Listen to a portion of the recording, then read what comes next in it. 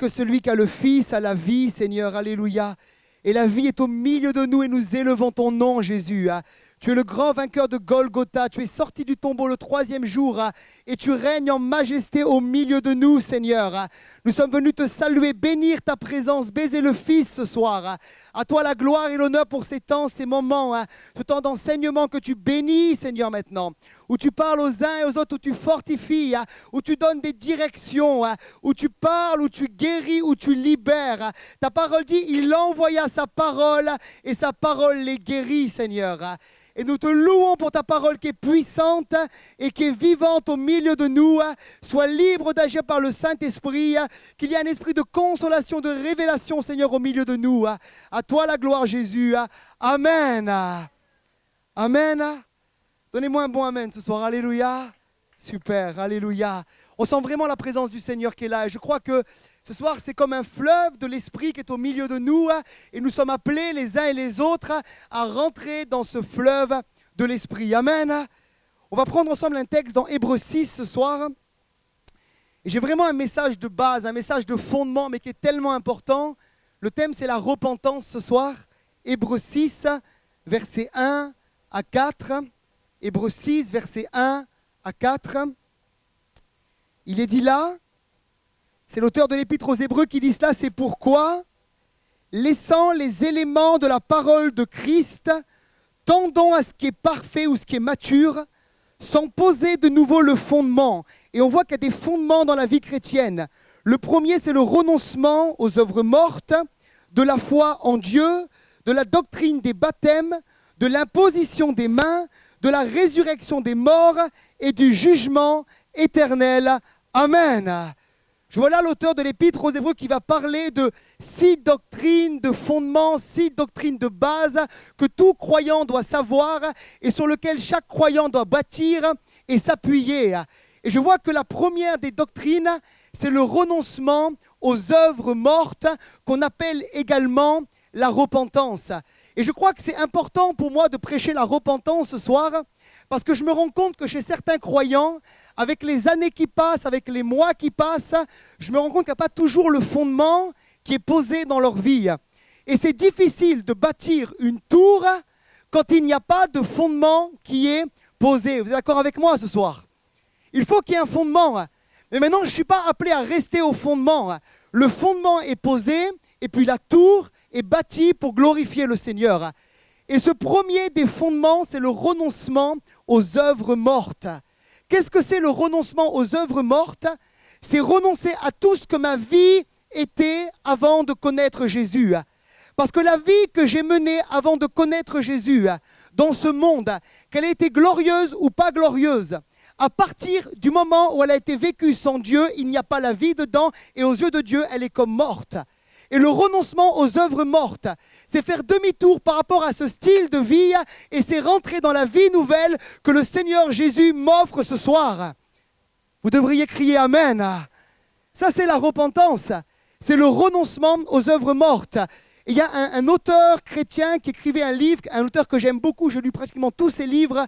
Et il parlait de la repentance et il disait qu'après des années et des années de ministère, lorsqu'il conseille les gens, il se rend compte que 50% des problèmes des chrétiens récurrents viennent parfois à la base d'un manque de repentance, d'un manque de véritable repentance. Et c'est pour ça que c'est important pour nous de poser le fondement ce soir, le renoncement aux œuvres mortes. Alléluia. Alors qu'est-ce que c'est la repentance? C'est un mot grec qui simplement veut dire métanoïa, qui veut dire changement de mentalité ou d'intention, changer de comportement, changer d'état d'esprit. Amen. Est-ce que les croyants qui sont là, lorsqu'ils se sont repentis et qu'ils ont rencontré Jésus, ils ont changé également leur mentalité? Ouhou. Amen. Ça, c'est la vraie repentance. Changer d'intention, changer d'avis, changer de vision de vie également. Ça, c'est la véritable repentance. Ce n'est pas simplement rentrer dans ce lieu, dire « Seigneur, je te demande pardon, je me repens, je confesse le nom de Jésus, mais je continue à vivre ma vie comme je la menais avant de te connaître. » Tout ce qui est à l'intérieur de toi, tout ton comportement, toute ta mentalité, toute ta manière de penser est appelé à être changé et transformé par le Seigneur. Ça, c'est la véritable repentance. Tu changes de vie, tu fais un demi-tour sur la vie que tu mènes et tu rentres dans la vie nouvelle que Jésus t'offre. Alléluia. Je connais des jeunes hommes qui sont passés par une véritable repentance il n'y a pas très longtemps. Et lorsque je discute avec eux, je me rends compte que le fondement a véritablement été posé. Lorsqu'ils me parlent de la manière dont ils voient la vie aujourd'hui, ils ne voient pas la vie comme ils la menaient hier. Pour eux, il y a réellement eu un demi-tour sur leur manière de vivre d'autrefois. Et on est appelés les uns et les autres à faire ce demi-tour ce soir. Et peut-être pour certains, ça fait 15 ans, 20 ans que tu connais Jésus, mais tu n'as pas réellement fait un demi-tour. Tu es appelé à faire un demi-tour ce soir. Tu es appelé à rentrer dans une métanoïa totale et complète, à la gloire de Jésus. Amen. Mon premier point ce soir, c'est la vraie repentance nous amène à la foi. D'ailleurs, l'auteur de l'Épître aux Hébreux va dire le renoncement aux œuvres mortes, qui est le premier fondement, et le deuxième, c'est la foi en Dieu. Normalement, quand j'ai une véritable repentance, je reçois également une véritable foi. Alléluia. Dans Matthieu 3, verset 1, c'est Jean-Baptiste. Il est écrit là, en ce temps-là, parut Jean-Baptiste, prêchant dans le désert de Judée, il disait, repentez-vous, car le royaume de Dieu est proche. Amen. Repentez-vous, car le royaume de Dieu est proche. Amen. Jean-Baptiste avait un ministère particulier. Il préparait le chemin du Seigneur. Il préparait là tous les Juifs qui l'écoutaient à venir à la vraie foi en Jésus-Christ. Et comment préparait-il ce chemin? Il le préparait en prêchant la repentance. Parce que Jean-Baptiste avait compris que la repentance mène à la foi. Et nous, aujourd'hui, nous préparons la seconde venue de Jésus. Nous préparons le second retour du Seigneur. Et nous le préparons en prêchant le même message que Jean le Baptiste a prêché, c'est « Repentez-vous, car le royaume de Dieu est proche ». Il n'a pas prêché « Croyez en Dieu ». Il n'a pas dit simplement « Croyez par la foi », mais il a d'abord dit « Repentez-vous, car le royaume de Dieu est proche ». Tu ne peux rentrer dans le royaume de Dieu. Tu ne peux voir le royaume de Dieu dans ta vie s'il n'y a pas eu à la base une véritable repentance. Un véritable demi-tour sur la vie que tu menais avant pour rentrer dans la vie nouvelle avec Jésus. Je prends également l'exemple du Christ avec vous. Dans Matthieu 4, verset 17, il est dit, Jésus commença à prêcher et à dire, repentez-vous, car le royaume de Dieu est proche. Amen. Repentez-vous, car le royaume de Dieu est proche. Ça a également été la prédication de Jésus. Il n'est pas venu en disant d'abord, croyez en moi. Il n'a pas dit croyez dans le Père ni dans l'Esprit, mais d'abord il a dit repentez-vous.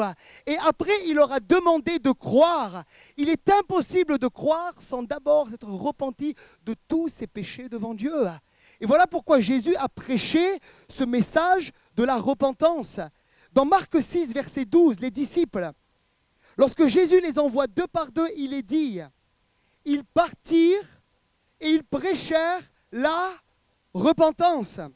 Ils chassaient beaucoup de démons et ils oignaient d'huile beaucoup de malades et les guérissaient. Amen. Lorsqu'il les envoie deux par deux, il ne les envoie pas guérir seulement les malades et chasser les démons et ressusciter les morts, mais il les envoie d'abord prêcher la repentance. Et une fois qu'ils ont prêché la repentance, une fois qu'ils ont prêché le changement de vie, le changement de mentalité, le changement d'intention, c'est le résultat. Ils chassent les démons, ils oignent d'huile les malades et ils les guérissent. Ça, c'est le résultat de la repentance. Quelqu'un me dit Amen. Et c'est bon de prêcher la guérison divine, c'est bon de chasser les démons, mais c'est encore meilleur de prêcher la repentance. Car quand la repentance a eu lieu, les démons fuient, mon frère, ma soeur. Et les maladies sont détruites dans le nom de Jésus. J'ai vu beaucoup d'hommes et de femmes vivre cette dimension que les disciples ont vécue lorsque Jésus les a envoyés deux par deux à partir du moment où ils passaient par une véritable repentance. J'ai vu des malades être guéris lorsqu'ils comprenaient la puissance de la repentance. Attention, je ne dis pas que tous les malades sont malades par manque de repentance, mais la Bible nous montre que le fait de ne pas avoir dans sa vie une profonde repentance parfois peut donner accès à une maladie. Et le meilleur moyen de la chasser, c'est d'abord se repentir. Quelqu'un me dit Amen. Il les envoie deux par deux, prêcher la repentance, chasser les démons et oindre d'huile les malades. Je prends également avec vous Acte 2, verset 38. Après la Pentecôte, 3000 âmes vont venir lorsqu'ils vont voir les 120 être remplis du Saint-Esprit et parler dans des langues nouvelles. Et ils vont dire, mais qu'est-ce qu'il faut faire?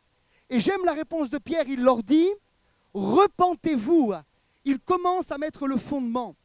Et que chacun de vous soit baptisé au nom de Jésus-Christ pour le pardon de vos péchés et vous recevrez alors le don du Saint-Esprit. Amen. Repentez-vous. Le message est clair. Il ne leur dit pas, venez, on va vous imposer les mains et vous allez parler dans des langues nouvelles. Mais il leur dit d'abord, repentez-vous. Faites un demi-tour sur votre vie passée. Soyez plongés dans l'eau en signe de mort et de résurrection et alors vous recevrez le don du Saint-Esprit. Et là, j'ai le programme de l'Église primitive. Il prêche la repentance, il baptise les hommes et les femmes par immersion dans l'eau et il prie pour que le baptême de l'Esprit vienne. Et lisez bien les Écritures. Ils ne mettent pas 40 jours, ils ne mettent pas des semaines, ils ne mettent pas des mois, parce que les repentances sont réelles, alors ils plongent les gens dans l'eau et les gens reçoivent rapidement le baptême dans le Saint-Esprit. Et ça, c'est le programme de Dieu. Je suis triste de voir qu'aujourd'hui, il y a le petit A, qui est la repentance au début, il y a le petit B 1 an après, il y a le petit C 10 ans après. Normalement, dans les premiers mois de la vie chrétienne, tu dois être appelé à te repentir, à être baptisé et baptisé du Saint-Esprit. C'était le message des apôtres. Repentez-vous, soyez baptisés et vous recevrez alors le don du Saint-Esprit, car la promesse est pour vous et pour vos enfants en aussi grand nombre que le Seigneur les appellera. Amen. Mais ça commence par une véritable repentance. Qui sommes-nous ce soir pour changer le message de l'Évangile ? Qui sommes-nous pour prêcher un autre évangile ce soir? Ce que Pierre a prêché, ce que Jésus a prêché, ce que Jean-Baptiste a prêché, nous sommes appelés à le prêcher autour de nous, parce que Jésus revient bientôt. Et il dit, repentez-vous. Je ne sais pas dire race de vipère ce soir. J'ai juste dit, repentez-vous. On prend un autre texte ensemble dans Actes 17, verset 30. Là, c'est Paul maintenant, l'apôtre des païens, l'apôtre des gentils. Il se retrouve dans une ville qui s'appelle Athènes. Une ville de philosophes, une ville d'intellectuels. Et voilà le message qu'il va leur prêcher. Il va dire là, Dieu, acte 17, verset 30, sans tenir compte des temps d'ignorance. Il y a des temps d'ignorance où tu ne connais pas encore le message de l'Évangile. Annonce maintenant à tous les hommes, en tout lieu, qu'ils aient à se repentir, parce qu'il a fixé un jour où il jugera le monde selon la justice. Amen. Voilà le message que Paul va leur prêcher. Il ne va pas dire à ces philosophes, à ces intellectuels, pour vous, il y a un message différent que ceux qui viennent de Corinthe, de ceux qui viennent de Jérusalem, que ceux qui viennent d'Éphèse. Il va les voir avec le même message. Dieu ordonne à tous les hommes, en tout lieu, de se repentir, parce que Dieu a fixé un jour où il jugera le monde selon la justice. Et là, il parle pour tous les hommes et il parle en tout lieu. Ça veut dire que le message de la repentance est un message que nous devons prêcher, non pas à une catégorie de personnes, mais pour tous les hommes et en tout lieu. Je prêche la repentance ce soir à Antibes comme je la prêcherai dans les quartiers riches de Monaco, ou comme je la prêcherai également à l'Ariane dans les quartiers pauvres. Tous les hommes sont appelés à se repentir. Quelqu'un me dit Amen. Le message ne change pas. Parfois, j'ai vu des hommes et des femmes me dire, mais la repentance, c'est un message qui est vieux. Ce n'est pas un message pour moi. Moi, je n'ai pas besoin de me repentir. Jamais j'ai volé, jamais j'ai tué, jamais j'ai commis adultère ou autre. Mais mon frère, ma soeur, Paul est clair. Il parle de tous les hommes en tout lieu qui sont appelés à se repentir pour échapper au jugement dernier, pour échapper au jour où Dieu va juger ce monde, pour échapper à la colère à venir qui vient dans ce monde. Le seul moyen pour toi d'y échapper, c'est la repentance. Et il n'y a pas de raccourci. Tu ne peux pas rentrer dans le royaume de Dieu par la fenêtre, tu passes par la porte, mon frère, ma soeur. Et la porte, c'est la repentance. Amen. Prenons rapidement juste un texte dans Apocalypse 20, versets 11 à 15.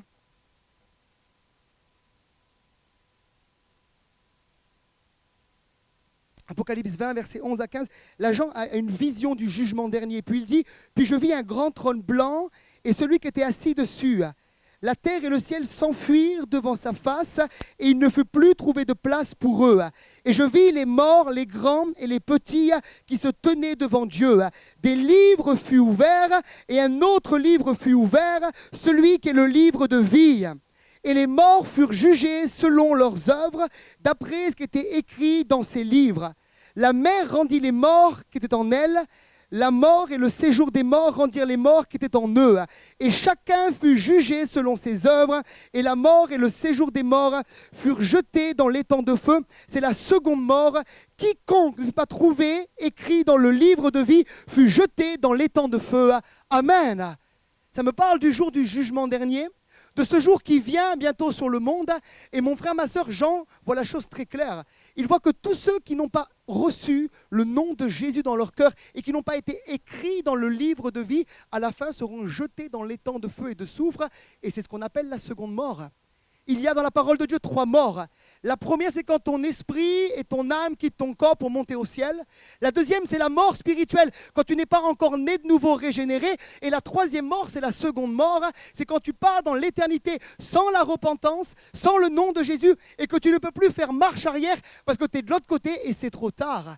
Et le seul moyen d'échapper au jugement, c'est la repentance. Tous ceux qui se sont repentis ont accepté que le jugement est déjà tombé sur Jésus. Et parce qu'ils demandent pardon à Dieu et le croient, ils sont délivrés alors de la colère à venir. Parce que le jugement est tombé sur le Fils.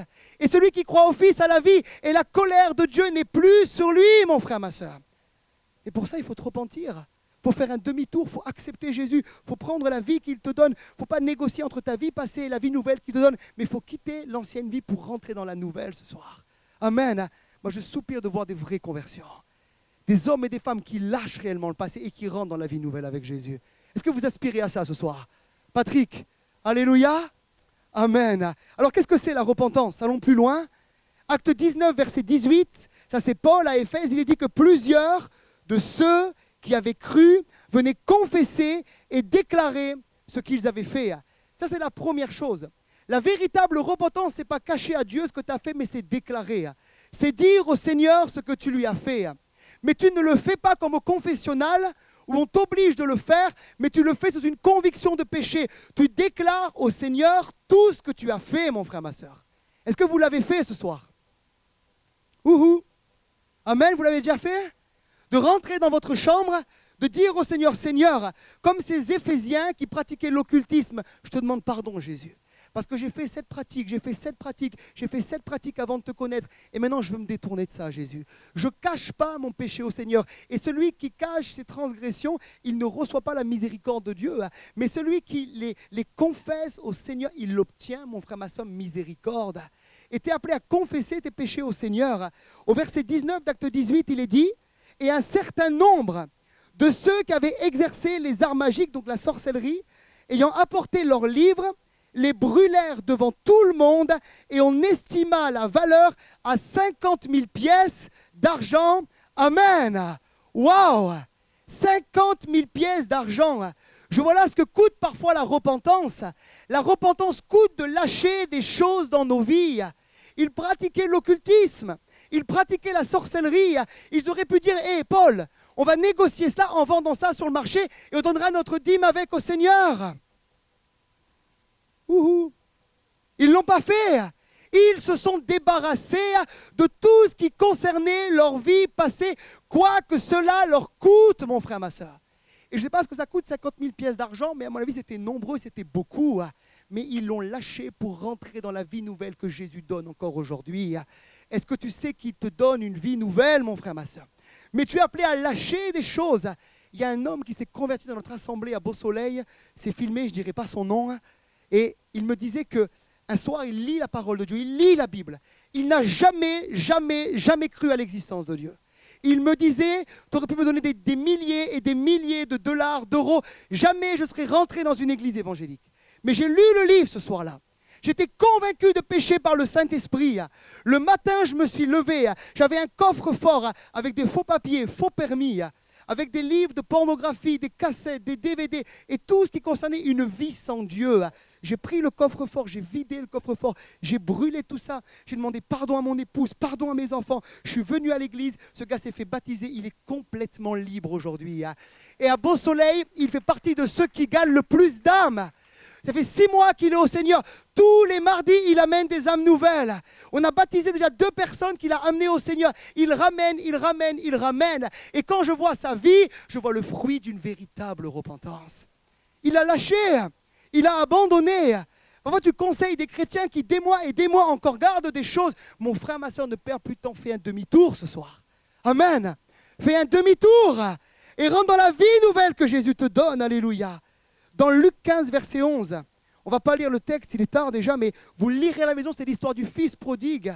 Il quitte la maison du père, il part vivre dans la débauche, il dépense l'héritage, il va avec les prostituées et il se retrouve à garder les cochons et il ne peut même pas manger les carouques dont les cochons se rassasient. Ça, c'est vraiment l'image du péché. C'est vraiment l'image de là où Satan nous entraîne quand on vit dans le péché. Il nous amène avec les cochons de ce monde. Ça vous parle ce soir? Mais au verset 18 de Luc 15, il est dit, il rentre en lui-même et il dit, je me lèverai, j'irai vers mon Père et je lui dirai, mon Père, j'ai péché contre le ciel et contre toi, je ne suis plus digne d'être appelé ton fils, traite-moi comme l'un de tes serviteurs. Et ça, c'est la véritable repentance. La véritable repentance commence toujours par une décision. Écoutez bien ce que je vous dis là, ce n'est pas une émotion, c'est une décision. J'ai vu des gens pleurer devant être en larmes à des appels et des appels et des appels, mais le fruit dans leur vie me démontrait qu'ils n'étaient pas passés par une véritable repentance. La repentance, ce n'est pas une émotion. Moi, j'aime les émotions. Et vous? Vous aussi? J'aime quand les gens pleurent, j'aime quand les gens sont touchés par la puissance de Dieu. Mais ça commence pas par une émotion, mais par une décision. Je me lèverai, j'irai vers mon Père et je dirai à mon Père, j'ai péché contre le ciel et contre toi. Je t'avoue mes péchés, mes transgressions. Je m'humilie devant toi. Traite-moi comme l'un de tes serviteurs. Et que va faire le Père, mon frère, ma soeur? Le Père va le recevoir les bras ouverts. Et c'est ce qu'il fait pour chacun d'entre nous ce soir. Il nous reçoit les uns et les autres, les bras ouverts. Et j'aime ce que le Père va faire. Le Père va lui mettre la tunique, qui est le symbole de la justice de Dieu. Quand tu passes par une véritable repentance, tu deviens alors la justice de Dieu par Jésus. Il lui met un anneau au doigt, symbole de l'autorité. Quand tu passes par une nouvelle naissance, tu nais de nouveau et tu reçois l'autorité du ciel dans ton cœur. Il lui met les souliers aux pieds, image du travail et du service, parce qu'il est passé par une vraie repentance, qu'il a eu le manteau, l'autorité. Alors il peut commencer à servir son Père. Amen. Il peut commencer à servir son Père. Quand tu passes par une véritable repentance, tu reçois ces trois choses, mon frère, ma soeur. Mais il faut que tu prennes la décision, je me lèverai, j'irai vers mon Père et je dirai à mon Père, j'ai péché contre le ciel et contre toi. Je ne suis pas digne d'être appelé ton fils, traite-moi comme l'un de tes serviteurs. J'ai vu des hommes et des femmes dans des réunions comme celle-ci, alors qu'il n'y a pas forcément une grande émotion, alors qu'ils ne pleuraient pas, ils n'étaient pas au sol en train de se rouler. Ils me disent simplement, sur ma chaise, j'ai pris la décision, Seigneur, je me lève et je viens vers toi. Et je déclare que ma vie t'appartient, je lâche mon péché, je lâche ma vie passée. Et ces gens-là, après des années et des années, vous les trouvez toujours dans l'église parce que la repentance, c'est une décision. Et j'ai vu des hommes et des femmes pleurer, tomber à genoux parfois, et aujourd'hui encore, je les cherche. Où sont-ils? Les émotions ont été touchées, mais jamais leur décision. Ça commence par une décision ce soir. Amen. Et toute ta vie chrétienne commence par une décision. Je décide d'être baptisé. Je décide d'obéir, je décide de prier, je décide de servir, je décide de consacrer ma vie à Dieu. Et tout ce que tu décides dure toujours sur le long terme, mon frère, ma soeur. Quelqu'un me dit Amen. Autre chose, je crois que Dieu, dans ces temps de la fin, pousse les hommes et les femmes à la repentance. Et quand je dis les hommes et les femmes, j'implique les croyants également dans la repentance. Oh, quelqu'un me dit Amen.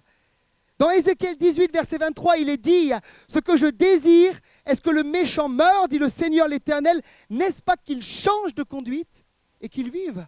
Il ne dit pas qu'il désire que le méchant vive, mais il dit qu'il désire que le méchant d'abord change de conduite pour après qu'il puisse vivre. D'abord tu te repens, d'abord tu changes de conduite parce que Dieu le désire, et après tu vis, mon frère, ma soeur. Est-ce que vous voulez la vie ce soir? Changeons de conduite. Amen. Repentons-nous. Faisons ensemble un demi-tour. Il y a un autre passage dans Romains 2, verset 4, où il est dit « Méprises-tu les richesses de sa bonté, de sa patience et de sa longanimité ?» Qu'est-ce que c'est la longanimité? C'est une longue patience de Dieu pour nous. Il y a des gens avec qui Dieu est patient, il y a des gens avec qui Dieu est très patient, mon frère, ma soeur. Et j'espère que tu n'en fais pas partie ce soir. Amen. Mais que tu as décidé de te repentir. Ne reconnaissant pas que les bontés de Dieu, que la bonté de Dieu te pousse à la repentance. La bonté de Dieu doit nous pousser les uns et les autres à la repentance. Il y a parfois une doctrine qu'on prêche qui dit que la bonté de Dieu, la grâce de Dieu nous pousse à faire n'importe quoi, nous pousse à être libre de vivre la vie qu'on a envie de mener. Mais l'apôtre Paul est clair, il dit que la bonté de Dieu, l'amour de Dieu, la patience, la longanimité de Dieu doit nous pousser dans nos vies à un moment précis qu'on appelle la repentance. Et quand tu passes par ce temps-là, alors tu peux commencer à saisir les grâces de Dieu. Amen.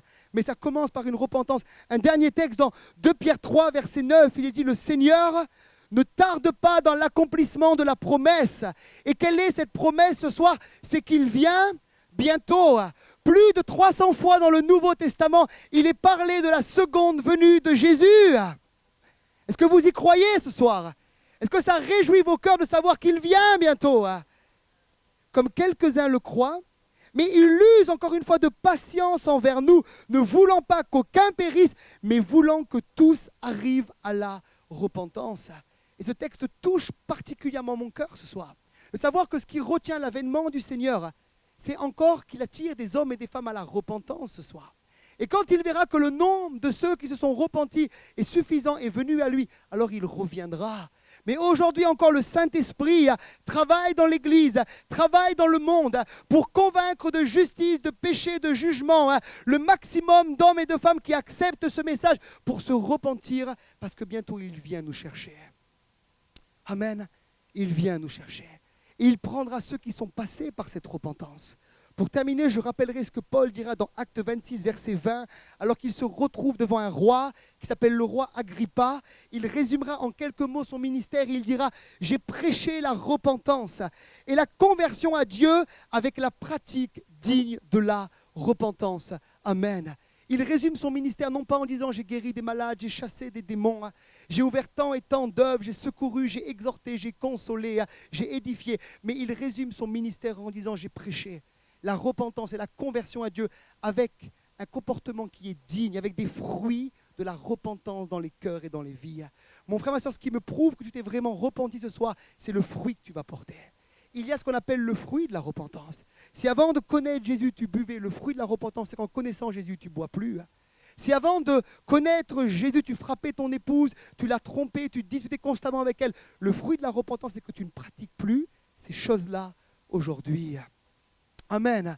Moi, ça ne m'intéresse pas des hommes et des femmes qui disent « je me suis repenti, pasteur, je me suis repenti, pasteur, je me suis repenti. » Moi, ce qui m'intéresse, c'est de voir des hommes et des femmes transformés à l'image de Jésus, qui produisent dans leur vie le fruit de la repentance. Amen. Je termine par un témoignage. Un jour, j'étais dans une pastorale, il y avait un pasteur qui était là, et ce pasteur, je n'ai pas toujours été sympa avec lui. Même pas du tout, il avait fini à l'hôpital une fois.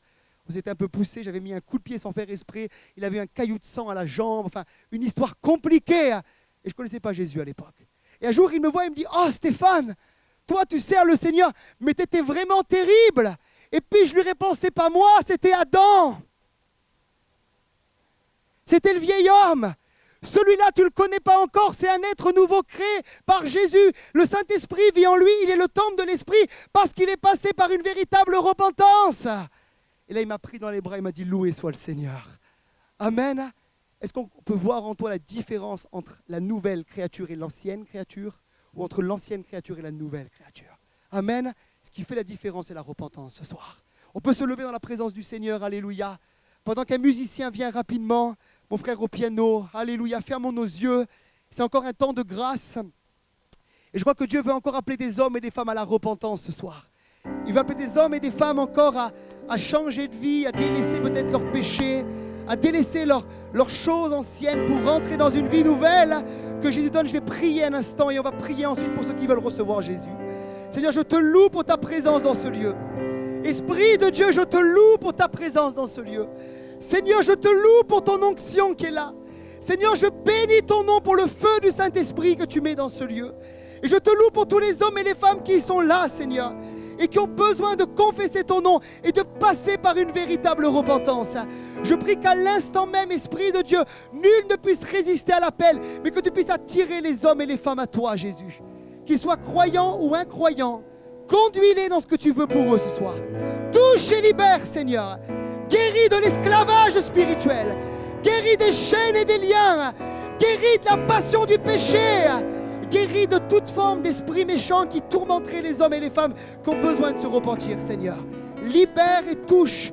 Agis par ton esprit, fais quelque chose dans ce lieu. Nous prêchons un Christ qui est vivant, nous prêchons un Christ qui est ressuscité, nous prêchons un Christ qui est le même hier, qui est le même aujourd'hui, qui est le même éternellement. Un Christ dans lequel il n'y a pas de changement, ni aucune ombre de variation. Et nous te prions d'agir maintenant. Je prends autorité à l'instant même sur tout esprit d'incrédulité qui empêcherait les hommes et les femmes de croire dans la bonne nouvelle. Père, je libère les âmes au nom de Jésus. Et je te prie de conduire ceux et celles qui ont besoin vers la repentance. Touche et libère, Seigneur, au nom de Jésus. Touche et libère, alléluia. Alors qu'on est devant le Seigneur, ceux et celles qui veulent se repentir ce soir, simplement là où vous êtes, levez votre main s'il vous plaît. Levez votre main devant le Seigneur s'il vous plaît. Alléluia, levez votre main bien haute, bien haute, bien haute devant le Seigneur. Bien haute devant Jésus, alléluia. Oh, levez votre main devant le Seigneur. Je vois toutes ces mains qui se lèvent ce soir, alléluia. Je vois toutes ces mains qui se lèvent. Mettez la main sur votre cœur, s'il vous plaît. Mettez la main sur votre cœur, s'il vous plaît. Croyant ou incroyant, mettez la main sur votre cœur, s'il vous plaît. Et dites au Seigneur, Seigneur, je viens à toi. Et je me repens de tous mes péchés devant toi. Je ne résiste pas à ton esprit ce soir, mais j'accepte la repentance. Je délaisse ma vie ancienne et je rentre dans la vie nouvelle que tu me donnes. Délivre-moi de l'esclavage du péché et de la mort et fais-moi naître de nouveau par le Saint-Esprit. Touche-moi, Jésus. Libère-moi.